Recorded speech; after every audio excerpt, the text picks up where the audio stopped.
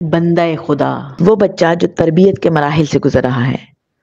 خواہ وہ ہمارا اپنا بچہ ہو یا کوئی ایسا بچہ جس کے ذمہ داری ہم پر آ گئی ہو، اس بچے کو اگر خوبصورت کہا جائے گا، اسے اچھا کہا جائے گا تو وہ اچھا بن جائے گا، اسے ہمدرد، رحم دل، ملنسار، ہسمکھ، قربانی دینے والا کہتے جائیں گے، وہ ویسا بنتا چلا جائے گا۔ لیکن اگر اس میں کیڑے نکالے جائیں گے، اس کی چھوٹی غلطی کو بڑا بنا کر پیش کیا جائے گا، اس کے لباس میں، اس کے کھانے پینے میں،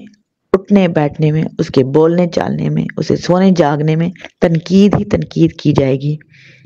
تو وہ عیبدار ہوتا جائے گا۔ اس لیے برائے مہربانی بچوں پہ تنقید ضرور کریں، لیکن اس کے ساتھ وہاں جہاں ان کو تعریف کی ضرورت ہے وہاں تعریف بھی ضرور کی جانی چاہیے۔ یہ چیز صرف بچوں پہ ہی اپلائی نہیں ہوتی، یہ ہر بڑے پہ بھی اپلائی ہوتی ہے، اس لیے کہ ہر وہ شخص جو ہمارے ماتحت یا کسی اور کے ماتحت بھی ہوتا ہے، اس کو جہاں تنقید کی ضرورت ہوتی ہے، اس کو جہاں اصلاح کی ضرورت ہوتی ہے، وہاں اس کو تعریف کی بھی ضرورت ہوتی ہے۔ اس طرح سے وہ بہت بہتر کام سارے انجام دے سکتا ہے۔